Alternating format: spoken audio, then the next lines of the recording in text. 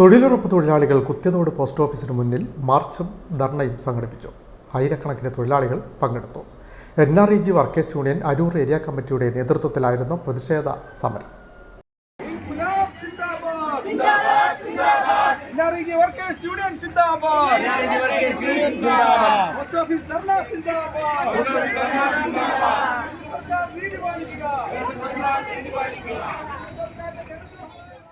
തൊഴിൽ ദിനങ്ങൾ 200 ആക്കുക, അർഹമായ മുഴുവൻ തൊഴിലാളികൾക്കും തൊഴിൽ ഉറപ്പുവരുത്തുക, തൊഴിൽ സമയം രാവിലെ 9 മുതൽ വൈകിട്ട് 4 മണി വരെ ആക്കുക, അപ്രായോഗികമായ NMMS-ഉം ജിയോ ടാഗും 2 നേരം ഫോട്ടോ എടുപ്പും പിൻവലിക്കുക, വേതനം 600 രൂപയാക്കി വർദ്ധിപ്പിക്കുക, കാർഷിക മേഖലയിലെ മുഴുവൻ ജോലികളും പദ്ധതിയിൽ ഉൾപ്പെടുത്തുക തുടങ്ങിയ ആവശ്യങ്ങൾ ഉന്നയിച്ചാണ് മാർച്ചും ധർണയും സംഘടിപ്പിച്ചത്.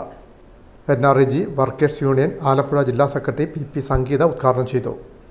ഇത്രയധികം ലക്ഷക്കണക്കിന് തൊഴിലാളികൾ ഒരേ സ്വരത്തിൽ ആവശ്യപ്പെടുമ്പോഴും കേന്ദ്ര ഗവൺമെന്റ് സ്വീകരിക്കുന്ന നിലപാടെന്ന് പറയുന്നത് നമ്മുടെ തൊഴിലാളികൾക്ക് ഒരിക്കലും ഉൾക്കൊള്ളുവാൻ കഴിയുന്ന, നമുക്കൊരിക്കലും അംഗീകരിക്കുവാൻ കഴിയുന്ന നിലപാടുകളല്ല.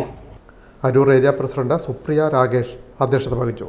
Aroor area secretary BK Udayakumar സ്വാഗതം പറഞ്ഞു.